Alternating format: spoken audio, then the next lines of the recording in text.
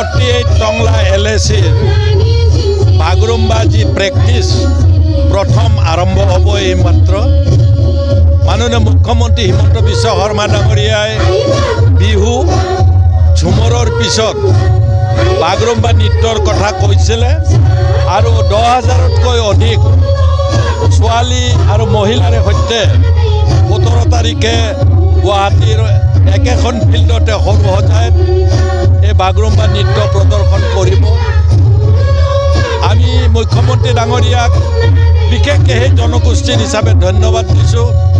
সকলো জনগোষ্ঠীৰ কলা সংস্কৃতিক ৰাজ্য ৰাষ্ট্ৰ আৰু আন্তঃৰাষ্ট্ৰীয় পৰ্যায়লৈ চিনাকি কৰাই দিয়াৰ কাৰণে যি মহৎ প্ৰচেষ্টা কৰিছে তাৰ বাবে মই টংলা সমষ্টিৰ দায়িত্বত থকা বিধায়ক হিচাপে তেখেতক ধন্যবাদ জ্ঞাপন কৰিছোঁ।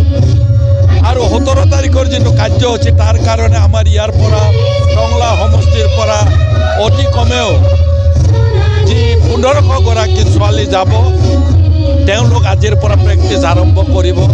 আমি আশা ৰাখিছোঁ প্ৰত্যেকগৰাকী বড়ো ছোৱালী আৰু মহিলাই বাগৰুম্বা নৃত্য জানে, যেনেকৈ প্ৰত্যেকগৰাকী অসমীয়া ছোৱালীয়ে বিহু নৃত্য জানে। মাত্ৰ প্ৰয়োজনটো আছে ডিচিপ্লিনটো। 10,000 11,000 ল'ৰা ছোৱালীৰ মাজত ডিচিপ্লিনটো আনি দিবৰ কাৰণে আচলতে ৰিহাৰ্চেলটো।